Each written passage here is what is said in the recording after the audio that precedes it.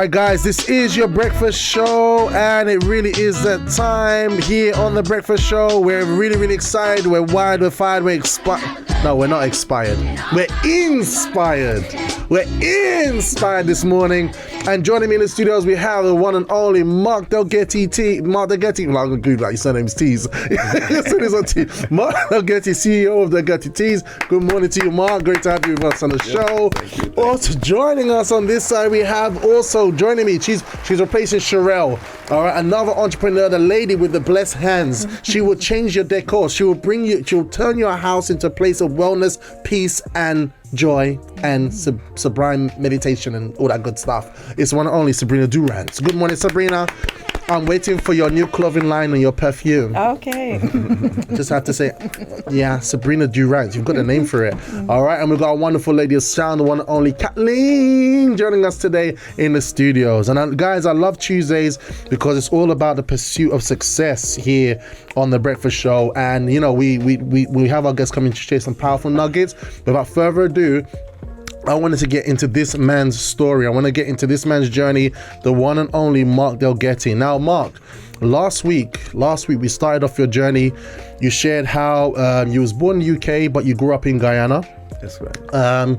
Your parents, you know, they were professionals, right? And you went through the education system. You know, you did what you need to do at school. You came back to the UK, and you shared with us how, you know, you was looking for opportunities in the UK. So you was engaged in different things, doing pineapples, looking to export pineapples, etc. And one day somebody asked you if you do tea, like a bush. Yeah.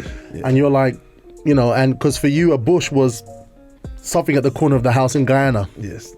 Anyway, you shared how you went back, you went to drag bush into your house and start cutting up the bush. And just to cut a long story short, luckily your parents weren't home to think that you lost your mind. Even the people at the airport were like, what are you doing?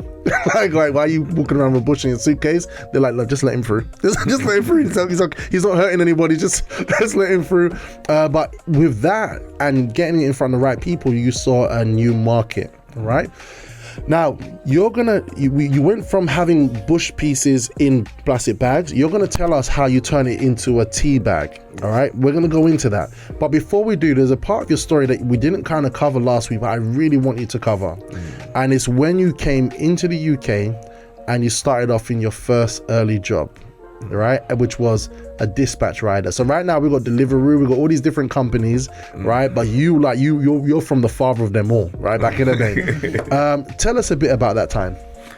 Well, I arrived back in London, I think it was around 86, 87 or something like that. Okay. And it was just after, I think, the coal miners' strike in the Margaret Thatcher days. I mean, it was just normal to be unemployed. It, like you were actually, like, people were surprised with when somebody actually had a job. Oh, wow. You know? Oh, wow. So it was high unemployment, you know.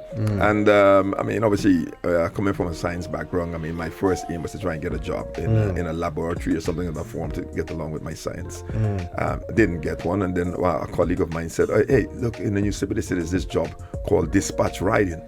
And you could make 200, 300, 400 pounds. And I mean, you know, all you need to know is ride a bike, you know. So I knew to ride a motorcycle, but obviously I didn't know London, you know, but then that was the only thing available. And he said, you know, you could start anytime. So I just, you know, there's a company somewhere in Houston that says they were looking for riders. And one of my friends had a spare bike. He said he was happy to lend it to me. And I think you had some payments. He said I paid 20 quid a week or something like that, you know, or per month or something like that. It was some little bit of money. To borrow his bike? To borrow his bike. Nice. Know? Yeah. Okay. So, success leaves clues, people. Yeah. Success leaves clues. So I, you know, obviously you want to get on the thing, went down to Houston, went for an interview, and the guy said, could you ride a bike? Yes, I could ride, right. Do you know London? I said, yes, but I didn't really, because I was only 2 weeks after I arrived from Guyana. Wow. You know? So he said, okay, you got a job.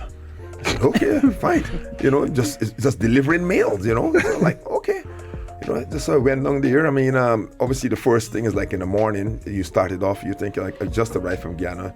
about 2 to 3 weeks in it.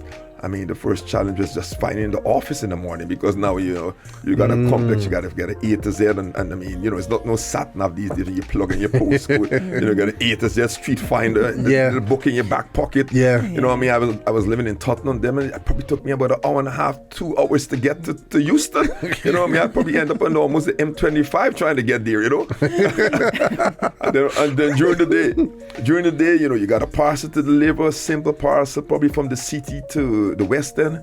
Probably took me 3 hours to do that. Oh my goodness. Because you have no idea which is north, west, east London, or whatever. Oh, wow. I mean, my first week, I can remember I made a grand total of about 13 pounds. Oof. I mean, most people were making at least 200 quid, Yeah. And I mean, So you was like completely new land. It was a new place land, for you. New everything, new accent. I mean, everything was, the way they spoke, because, I come from Guyana. I mean, you have a Caribbean accent. I didn't understand them too well. They didn't understand me neither too well. So you must have been really frustrated. You must have felt very tied up and frustrated at that moment. Not really. I mean, I think in those young days, you come from Guyana in a reasonably hungry state. It's all about succeeding. I think you're using the word in the pursuit of success. So I mean, whatever the challenge was, you adapt to.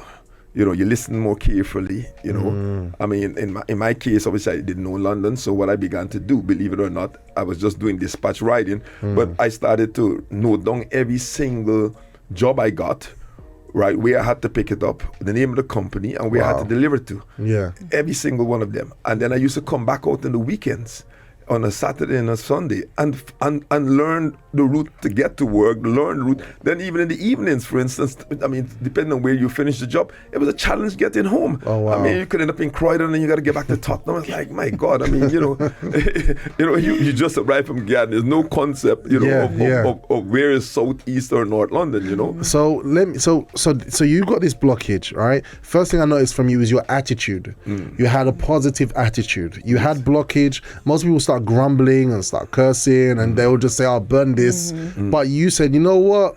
I'm gonna become more diligent. Yes. I'm gonna become more diligent. My problem is I don't know my way around, so let me take extra time to understand the environment." And then you and apparently the map, the A to Z became your best friend. Oh yes. That's my best friend all the way. So I mean, learning every single street. I mean, I began to time myself. You timed yourself, wow. Yes, I mean, I began to try to do jobs without having to ever look into the A to Z. So that was the big challenge. Wow. You get a job so that you could drive to somewhere without ever once looking at it. You had to look in one time, like, damn it. Wow, you're your own competition. Yes, you put a competition into it, And I mean, my earnings began to move up from 30, I even get to 50 pounds.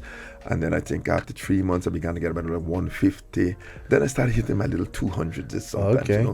But then what was the pivoting moment in that is that there was a very, very, very good rider on the circuit, right? An Italian guy, I always remember his name, Antonio. And he left the company, because it's a small company. He went to work with one of these bigger companies, I think he eventually called Concord. But then, I think Federal Express bought, but he went and he started working with his company, and I saw him on the road. He said, "Mark, how much you make last week?" I said, 200. He said, "Look, I made 400. And every time I saw him in the bike, Mark, 5. I'm like, I gotta go with this big company. Okay. So I left the small company. I went with one of the biggest dispatch company. This company now, my little company had like about 20 riders. This company had like 150 riders. Okay. You know what I mean? This is like the big boys. All those big greasy riders with the big bikes and the beards, leathers. You know what I mean? Yeah.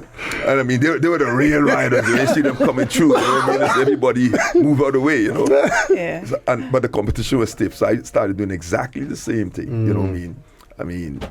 Every job I got, right down where I got to. The competition was on, and then we just started moving up 300, 400. Hey. I started studying every single part of the UK almost, because these jobs, by this time I went and I took my test. I was riding a little 100cc, saved enough money. I moved into what you call a VT 500. Hey. And a big bike, Wow. Yeah. So one lesson there is that we always start from somewhere. Yes. Some people despise the small start. Some people get frustrated at the early start, the early beginnings, Yes. But you can see there has to be that progression, because Absolutely. if you didn't go through that early start, you wouldn't be prepared for the bigger start. No. And you haven't even told us about the times when you would get rained on. right? Dispatch writing. Oh yeah. I mean, the thing about being focused on that. I mean, I think how I became one of the best writers. Also, it could be minus 10 degrees at 8:30 in the morning. My number was 166 on the road. Wow. I mean, sometimes you're riding through and you're on a motorway, right? And I mean, sometimes you're riding the bike and the wind is hitting you and water's coming out your eyes and it freezes before it reaches your cheeks. Oh my goodness! Wow. Yeah. But regardless of what, I mean, it was a self-employed job. So I mean, it's easy to actually, you look out there and you see what temperature is snowing. Like, nah, I'm not going out there on the bike. Yeah. But I mean, I had a commitment. The company expected to be out there. That's right. And whether it was raining, pouring, or whatever, 166 mobile. You used to call on the number 166 mobile. Okay. And to guarantee that I was there. Wow. See, so there's some people that they would, so you stayed loyal to your word. You stayed loyal to what you was doing. Yes. Because I can imagine there's some people would be like, no, sir. No, sir. I'm going. I'm not going. You know what I mean? Yes. But you said, this is what I'm doing. And no matter what, you was the person that was always there. Yes. And what was the outcome with all that? Well, I mean, believe it or not, I mean, in an era with total unemployment, I mean, obviously, I just came from the Caribbean. The first thing I did, I mean, I went down to, I think it was Richard Song's thing about a nice big stereo, being a proper West Indian black guy. Got a big sound system. The system is almost bigger than my room, Pump up my reggae music, my calypso, you know what I mean? I send back to Ghana just doing teenage stuff. I mean, you go through these things, Send my friends, get a nice big gold chain for a conga. And then I bought the BMW and I was riding on. But this is when everything is tough in the UK, isn't it? Yes. And then one day I thought to myself, what are you doing, son? You know what I mean? I'm driving a BMW. That's been 1 year, my gold chain. Wow. And I'm like, something, you need to fix yourself So you up. bought a BMW? Yes. Hey. Like within 12 months of arriving. Wow. Sabrina, what are your thoughts? Sorry, just don't lose your thought. But what are your thoughts on that, Sabrina? No, that's really good. This is like 1987. I mean, if you saw another black guy on the road driving, we actually stopped and spoke to one another. It wasn't like these days, everybody's got nice cars. Yeah. So you're like, hey, what's happening? Yeah, what are you doing? Wow. Dispatch rider.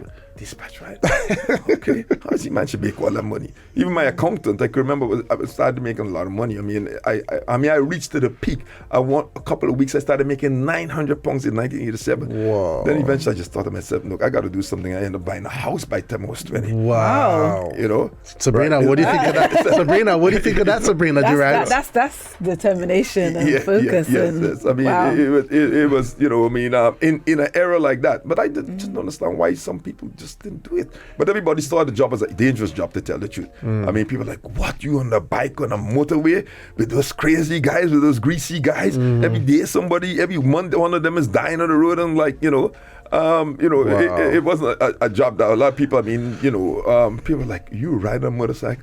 You see, and the thing about it is you buying a house and they're just there complaining, right? But you see, so what I'm getting from your story, what I'm taking for myself here is that it's many times it's not the situation, it's not the circumstance. Someone can be in the same situation and circumstance as us, but their attitude and their work ethic towards their work makes a complete difference.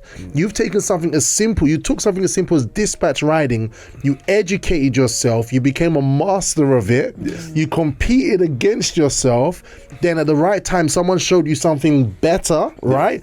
When you were like, I'm going for it, and that more doors were open for you. It impacted your whole life. You spent money on gold chains and stuff, but hey, you went through the process. And bought a house. Teenage stuff, you know what I mean? To say, you're excited, you want to So no one can complain. Yes. People can't complain. Just hearing that alone, you can't, especially in this day and age where we have AI, we have all these different things, resources that we can use. But sometimes we can have all the resources, but up here, we're just not thinking right. Right? Strong thing. All right, I just had to get that one out there, guys. Look, so I think Deliveroo might start employing more people after this show. I'm not too sure. I keep mentioning Deliveroo, but there are other ones as well. But it just shows it's about what's going on up here, literally.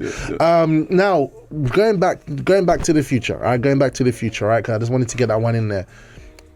So you started to have leaves that were packed up, right? How did you manage to go through the process? What was the journey to get them into teas?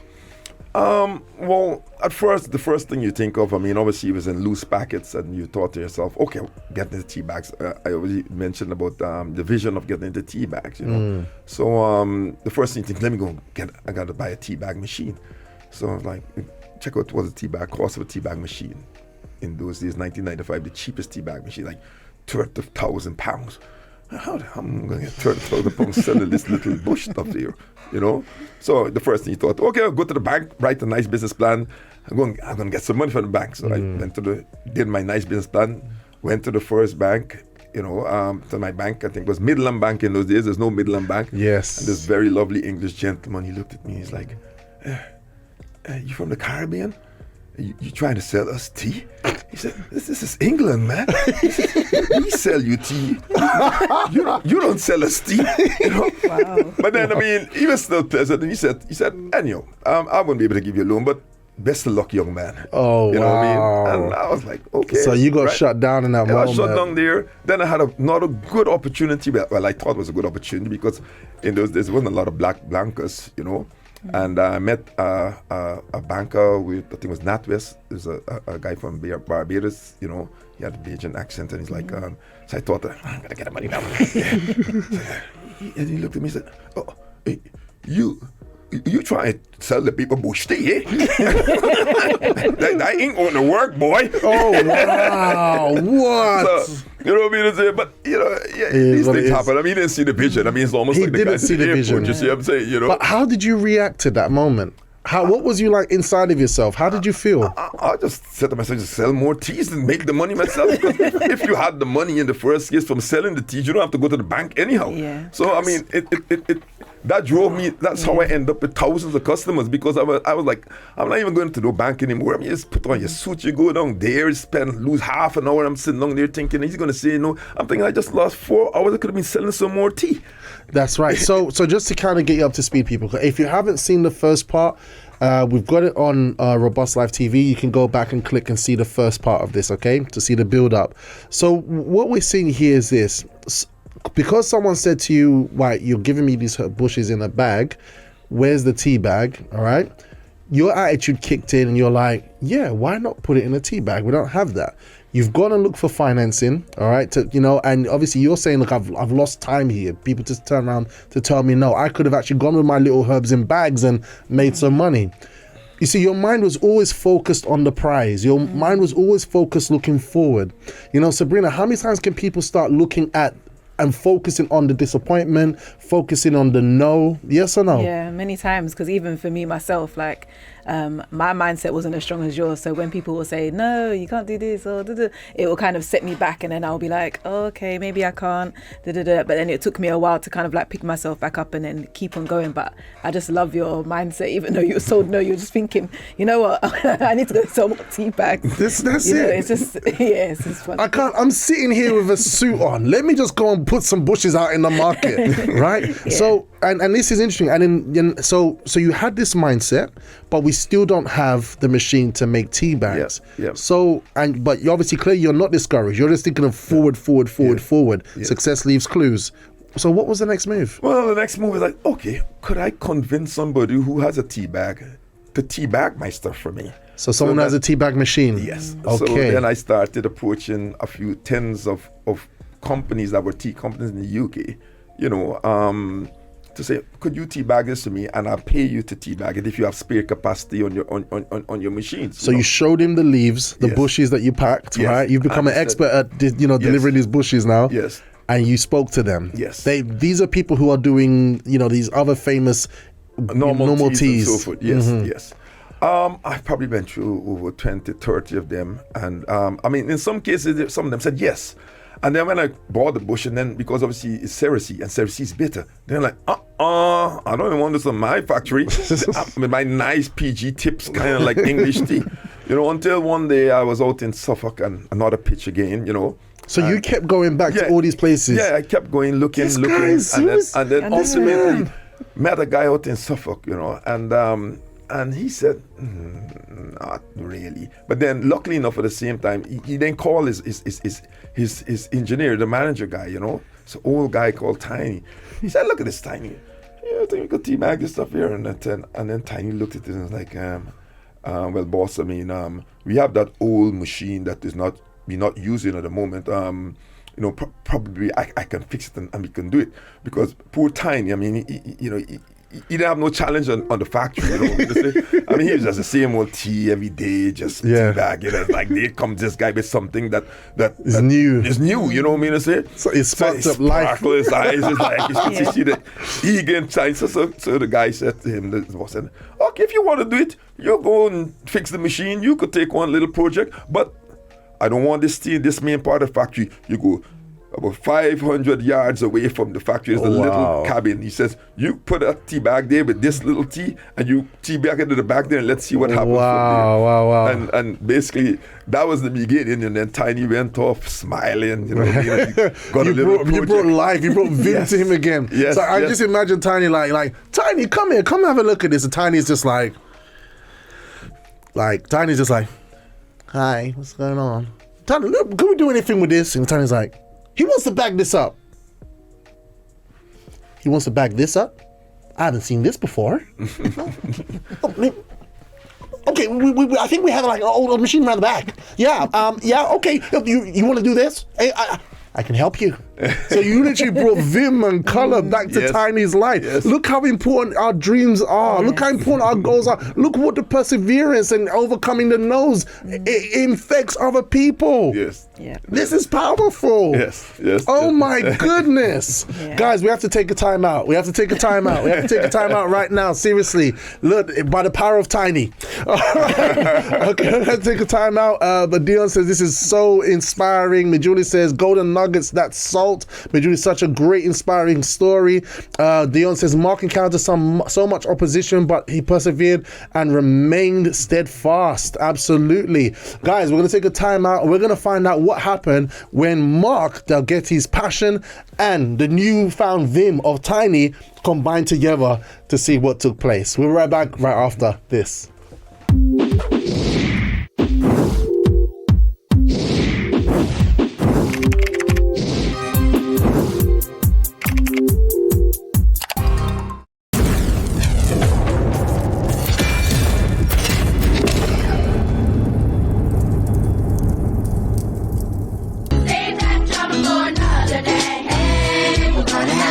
We're gonna have a good day. That's the mantra of the breakfast show, starting our morning right. You know, one thing the successful have in common is they start the day early. They rise early. Would you agree, Mr. Dalgety?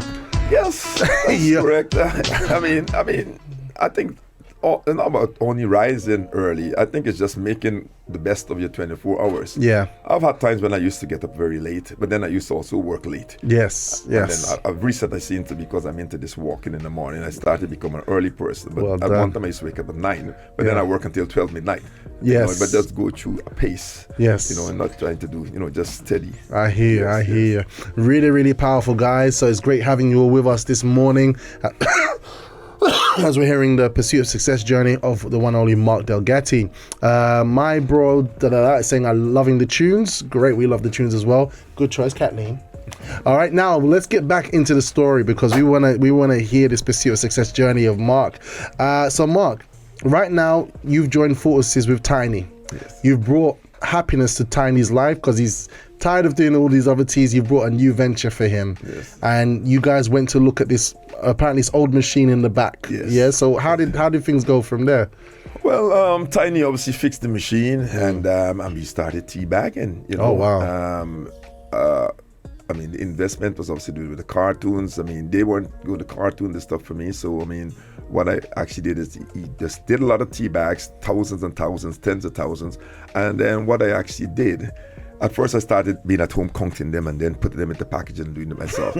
And then it just got too much for me. So I began to have a lot of students and, people who were from home, because nice. then I look at people, they used to have some jobs years ago. People used to like seal envelopes at home. Yes. Right. And then I thought, I could get some people to count the tea bags for me from home. So a lot of old West Indian women, I mean, I remember some of these Gideon's family, the twins, Roslyn. And I mean, I had like at least 10 or 20 people, right? I would go and drop 10,000, 100,000 tea bags and they would just count it and put it in bags for me. And then I got it back. right? Because I was actually still operating from home. I bought a little machine to do the shrinking at home, and I was running my own little factory, you know, for my house. I've got a question. This is a question, and just to kind of see, I mean, this was a machine that normally does PG tips, right? Yes. You've just put in some bush in there. Yes. I mean, did that go well straight away? Did the machine accept it straight away? Did it because this is a new type of thing. No, but you see, Tiny knew the machines, you see what I'm saying? So he fine-tuned it in order, and that was one, for me, it was very interesting because, I mean, if I had gotten money to probably go and buy a machine, I would have gone and bought any machine, not realizing not any machine could do herbal teas. I mean, if you think herbal teas, each one of them had their own behavioral pattern. So it's like you having a car, you have to run it with diesel, petrol, water, you know, kerosene oil. You know, whereby, you know, most machines are built normally to just tea bag the one, you know, black tea, which is the PG tips kind of tea. So it's just a standard. But then when you deal with herbal teas, each one of them actually has their own behavioral pattern. So that's something I learned from him anyhow. That's good. Because when I reached enough money to actually build my own factory, the expertise that I learned from him was able to fine tune. I used to actually go to the companies and say to them, okay, I want you to open this aperture a bit more. I want you to do this when you build my machine. Yeah. And then as we began to get, we had one machine, we reached almost a 70 bag machines. And then each one of them, we fine-tuned it according to the tea. Because at different times when I developed new teas, lemongrass was behaving, moving slow, seriously might move fast, peppermint moved in the medium. So then you say, tweet it. So sometimes the guys in the factory say, let's use lemongrass machine because we know lemongrass will work the best on that machine. Yes. You know, so I mean. So having that broke down forgotten machine in the back, right? Yes. That starting from that point was a training ground for you. Yes. So you're not just someone who has an idea about teas, but you're someone that you can get into the mechanics of the work. Yes. And that's what made you different. Yes. Right? Yes. So someone might look at the machine and be like, oh man, I really have to go get that attitude. Yes. But it was actually an opportunity for you to become more than just an idea. Yes. Powerful. Yeah. And so you managed to bag the teas. You got a system running. You needed to count the teas. Yes. You saw an opportunity to get other people involved. So your dream was actually blessing people. I mean, I was making money, staying at home. Hey. And I mean, you know, in the nights, during the day, I sell the teas. In the nights, I'm all over London picking up these bags of teas. You know, I mean, I think my neighbors were wondering what the hell was going on. You know, luckily I was terribly friendly with all of them. Hey, good morning, how you doing? And I started giving some of them things, like especially some of the old little white ladies. They thought he's up to something there. So I eventually give them a packet of tea. And it's quite different, it's nice. And then, hey, good morning, Mrs. Thing, Mrs. Smith. Hey, hi, Mark. So because you may do these things, you got to be friendly with your neighbors. You got everything like that guy, he's running a factory in the house. So here's another nugget there. Make friends with your neighbors. Make friends with those around you. You don't want to be horrible. You have the whole authorities down by your house. They're thinking you're running a whole tea factory in the house. So I can see how obviously your dispatch riding would have helped you to distribute products as well. Right, those skills. Yes, I mean that skill came in extremely valuable because obviously moving into distribution, the first thing is that my target was to sell to the Caribbean community. So I went into the library and so you knew who your audience was first. I knew where my audience was. And I was focusing on selling to the Caribbean community. So I went down. I mean, there was no Google and all this stuff these days. You could just Google supermarkets. Everything is in paper. Yes. So literally, went down to the library first of all, get a big book that says about population demographics. Okay. Yeah. And went into where is the high, and there's a section that says like where the high the communities with the highest West Indian Caribbean people. Okay. So you have like the Harls, then the Brixtons, then they take you out to London, we're in Birmingham, Handsworth, Chapeltown, or is it in Leeds, you know, in Bristol where they were. So then I photocopy all those pages, right? Wow. Then the next thing, back to the library again. Yellow pages for North London, yellow pages for South London. My goodness. Photocopy all those pages with all the supermarkets, in each one of those areas, okay? And then I put it in a file, and then I literally just put the tea in my suitcase and started trying to go to every single one of those shops. But then you locked all the areas, so you said, okay, I was living in South London, and I said, okay, let me cover the whole of South London first. So you cover all the supermarkets. So I would literally go down, like say you start at Elephant and Castle, and I'll stop at every single shop from Elephant Castle all the way straight through to Collier's Wood, right? Goodness. Every single one of them. You know what I mean? It's trying to hit a 30, 40 shops per day. Because then after time, you began to realize that, okay, every 10 shops, you probably get one sale. Okay. Right? You start to know your numbers. Yeah, you start looking at the numbers because it becomes a numbers game. You know what I mean? Yes. I mean, some people say to me like, "Oh, I went to 6 shops, and I mean, I didn't get a sale." Or, 6 shops?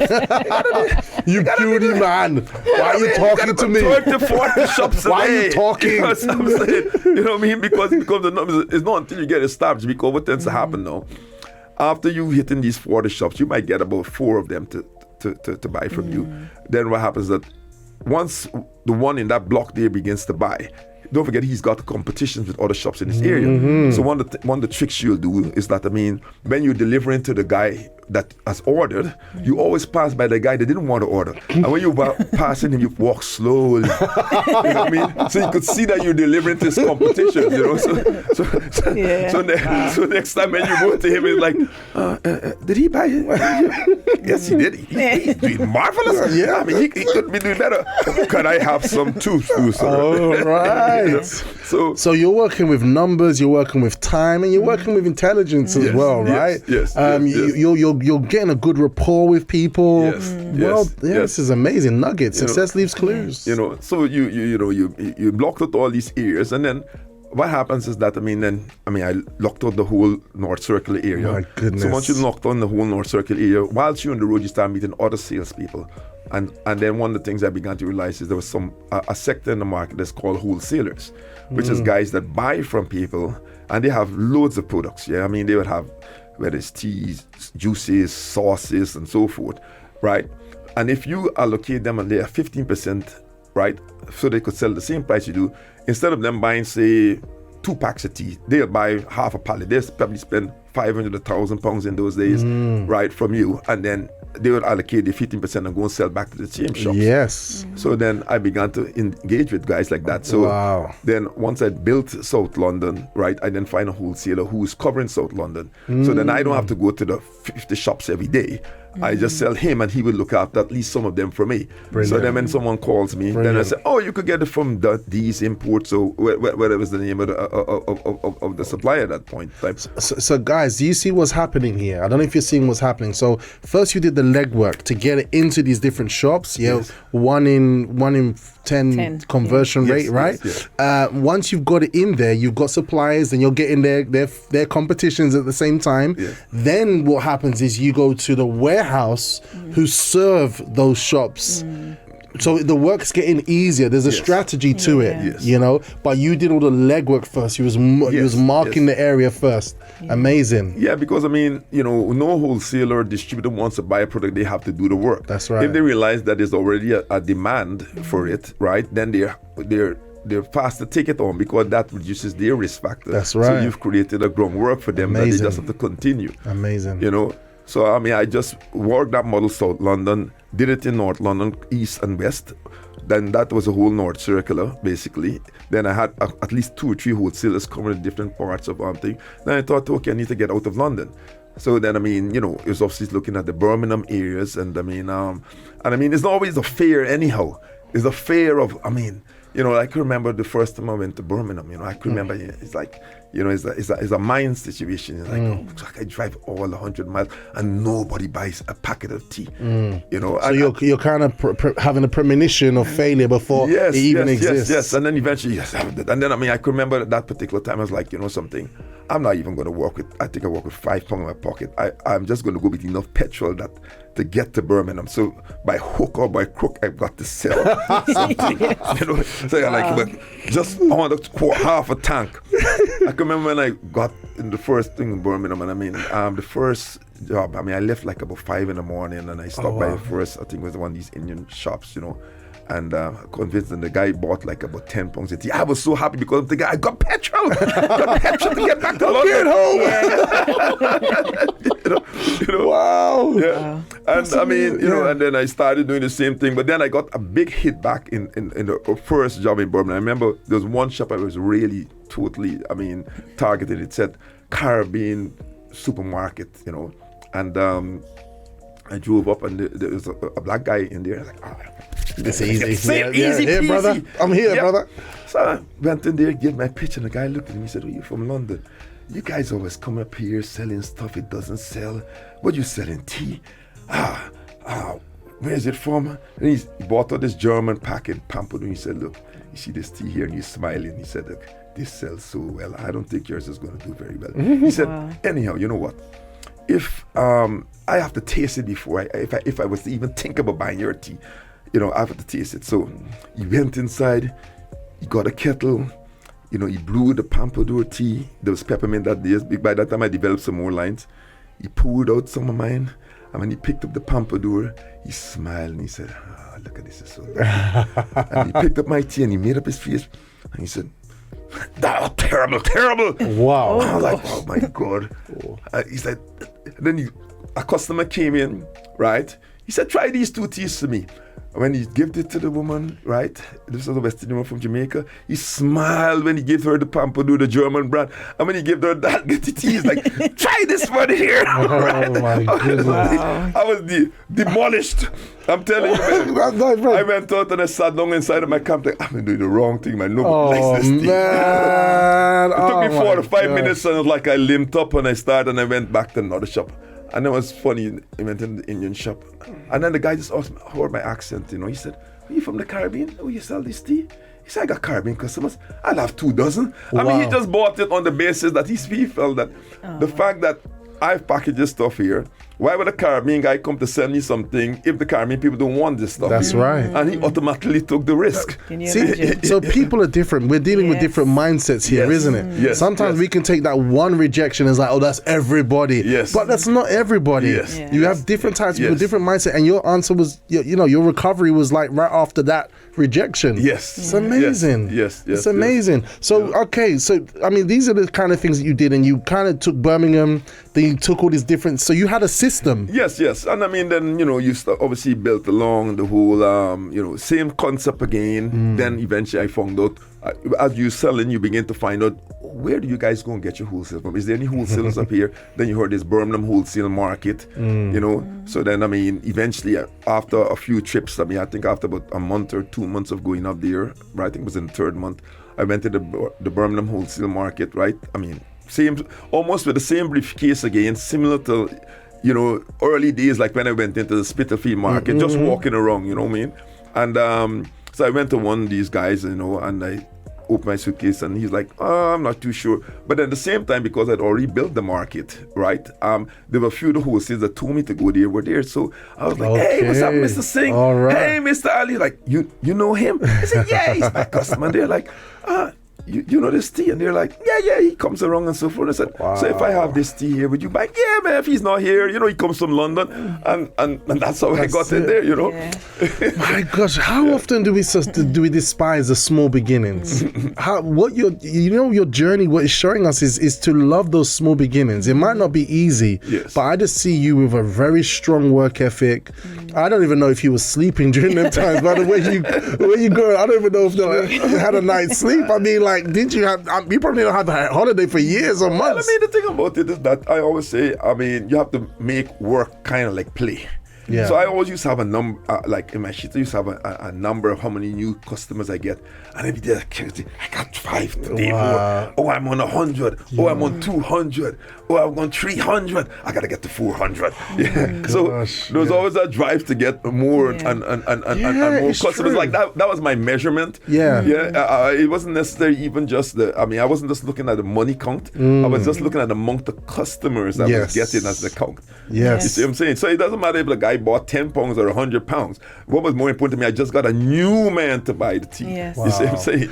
I love the mindset. You see? I love the mindset. Many times. Because, I mean, then you could stop. I mean, if one guy buys £1,000, you think, I don't have to do anything more. I don't have no new customers. That's right. And then, I mean, somewhere along the line, that's where some people lose their business. They go and they Yes. get to the big supermarkets. And then, I mean, think, I don't have the time of those little cake shops, those little, That's you know what I mean? right. And then when Sainsbury's deslist them, then I don't have any business any longer. Yes. You know, so me, our conquest has always been to push with the smaller guys. So that even eventually, I mean, that was good. Obviously, once we got into the Sainsbury Tesco scenario, you know, by that time, I mean, we always pushing to make sure that Sainsbury or Tesco as is never our number one customer. We're always trying to make sure that we have a mass of people. So if any point in time they decide, want to sell Dalgety, it doesn't matter. It doesn't really That's matter. amazing, guys. I hope you're getting all this. I'm just thinking to myself, when I hear this, I'm just thinking there's so much more I need to do. Yes. Yeah. I haven't done nothing. I've done nothing. Literally, with all the resources, Sabrina, that we have nowadays. Yeah. Why not us? Why not create something big that can impact so many people's lives? I mean, right now, from those days, so many people are drinking Dalgety tea. The name carries its weight alone. Yes. But there was all of that in the beginning. There was all that, and you ain't dead. You're alive and kicking. Like, you know what I mean? Like, hard work didn't kill anybody. Well, I don't know. But no, in this case, you know what I'm saying? No. The motto is, I always say, work hard and play hard. Yes. So even while I'm doing all of that on the weekends, I'm going to my soca parties. I go to reggae. Yeah, I saw him. Dance, and then on Monday you back. It was on a speedboat, like they were at someone's birthday, all in white. So that really makes sense. Yes. So right now, so those are the beginnings, and obviously you continued from them. Yeah, well, eventually from the wholesaling, then eventually we're like, okay, what can I do to get somebody who could look after the whole country? So then there's another level now. That's what you call a distributor. Yeah, and by this time now we start like being noticed. Because you're meeting new people on the road, and then I met a guy from a company called Enco. Those are the guys that do the Encone on hot pepper sauce, which is a big company in those years, WT Food. And he said to me, we've been seeing your stuff all over the place. My manager wants to see you. So like, okay. So one day I actually put on my suit now, you know what I mean? And did a pitch. And you stopped wearing the suit after that situation with bank finance. Yes, let me just go finance myself. That's it. Exactly. You just, all my machines, there's probably, a lot of people say to me, but there was something called leasing. You didn't have to go on, you could lease the machine. I don't know all those different things. I was just like, everything I gotta sell to buy my machine. You see what I'm saying? Even buy my first tea bag machine. I found a company that was going to do it. The guy said it was like about 25-30 grand for it. He said it's going to take 3 months to make it, to build the machine. So he wanted the deposit. So I ended up giving him a third. And then I negotiated that, when I pick up, I pay another third. Wow. And then, and then I said 30 days after that, it became 60 days. Yeah. I pay him another third. So, most companies these days, you want a machine, there's obviously options with leased if you can't buy it and so forth. I don't even know the word leased existed in those days anyhow. I was like, I need to get another machine. I need to sell. Wow. So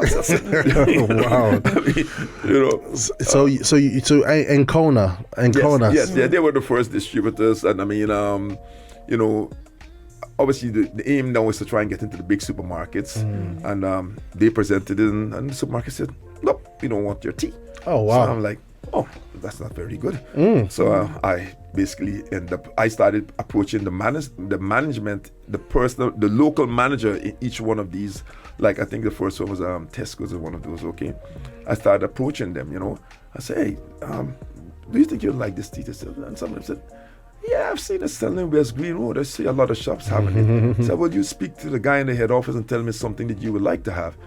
And I'm like, yeah, there's no harm in doing that, All right. So I've got like about 10 managers. I probably spoke to like about, 40 of them. Back to every 10 you get one or something like that. Numbers again. Numbers, yes. Right? And I got like approaching about 10 of them to write the bio, right? So then I started approaching the buyer himself, and he's like, then you got my said, I could understand you getting one or probably even two managers to write me and say they want this product, but to have almost 10 writing me something, I gotta be really silly not to at least give you a chance, Wow. So, but that's all from your earlier legwork. Yes. It's your earlier legwork that's paying off, that's approving you for this bigger move now. Exactly. Wow. So, eventually said, okay, Mr. Dalgety, I think the guy named is Smith, one of those common names, Yeah. I'll take one product line that you have, right?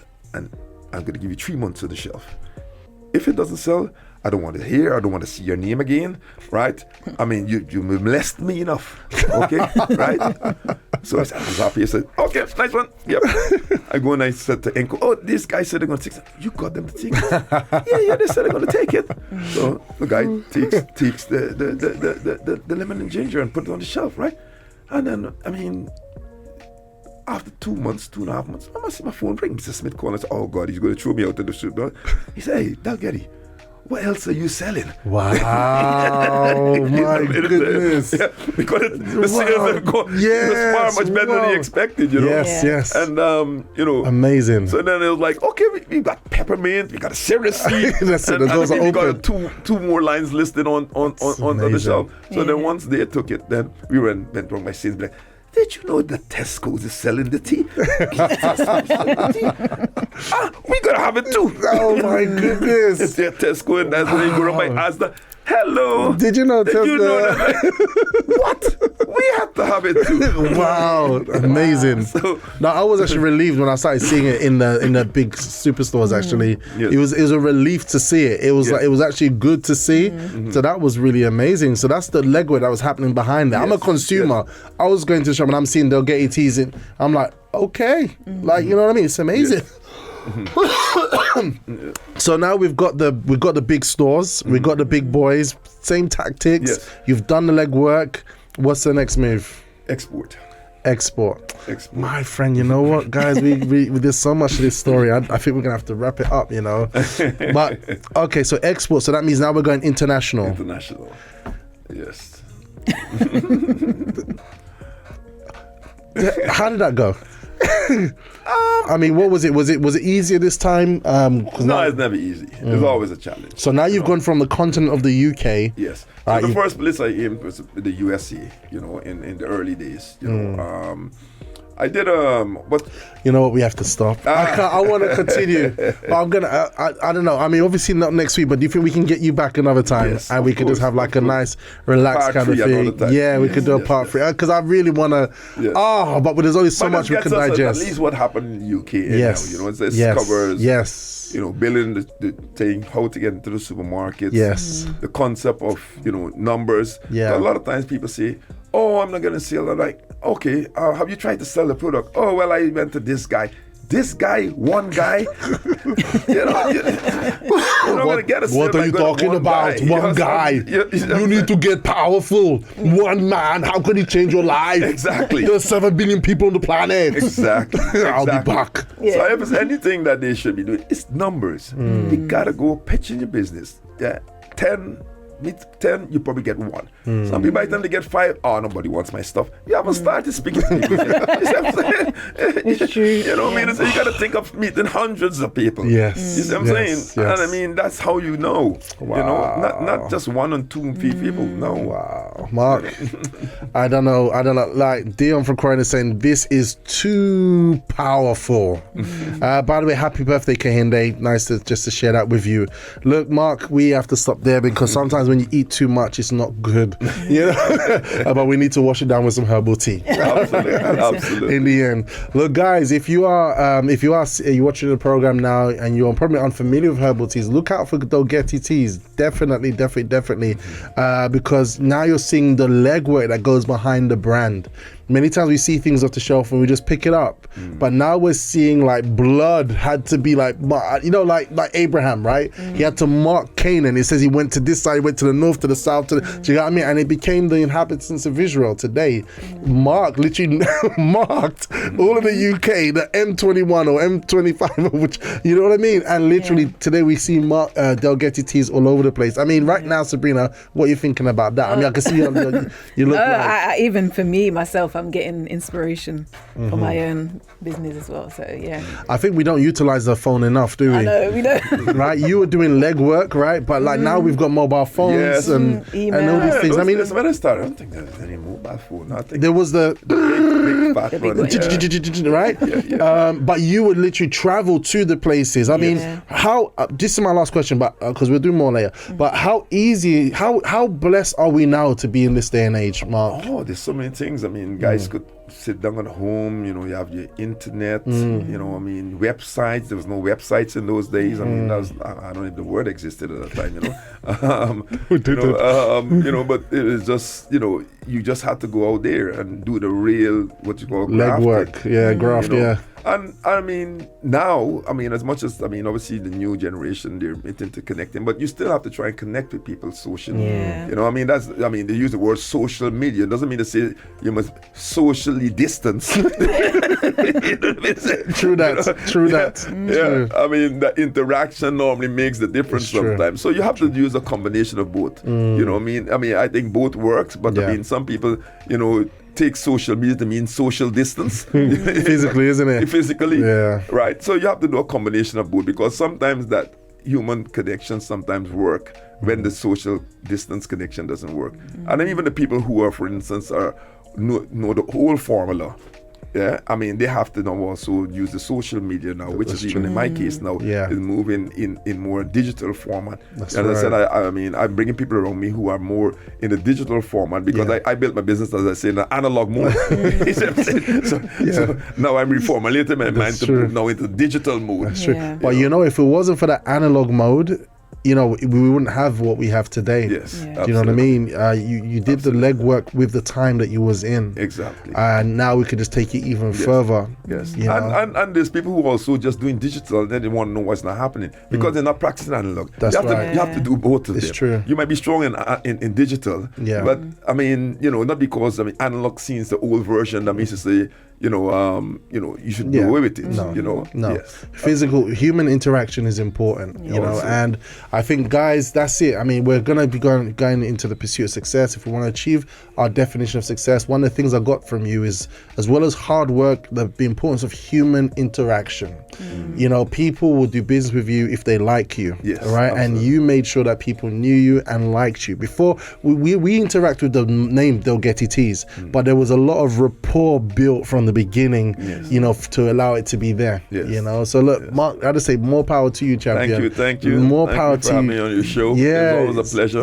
It's been great. It was having fun. Which is it's all about again. You know, come from the Caribbean, we were all about fun. Oh, Fun yes. is the most important That's thing. how for we us. roll, you know. what I mean? That's how we roll. Exactly. Seriously. No, guys, one day I want to present a day in the life of Mark. yeah, Day in the life of Mark Dalgety. That'd be so great. That'd be so great to meet all like the crew and everyone. Then they're going to soca mode. It's gonna be good. But no, thank you so much. And you've given us a lot to not just to think about, but to apply.